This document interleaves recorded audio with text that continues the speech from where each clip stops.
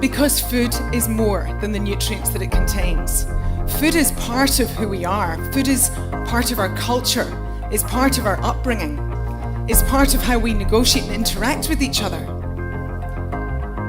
If we were to change the way that we eat, we could dramatically reduce those numbers. We could dramatically reduce the early death that is in this country and dramatically improve the quality of life for so many people.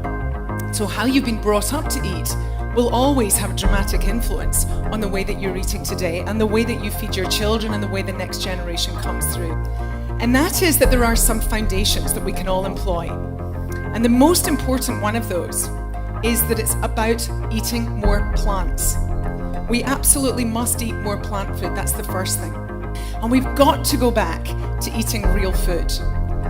And you can choose your ultimate diet.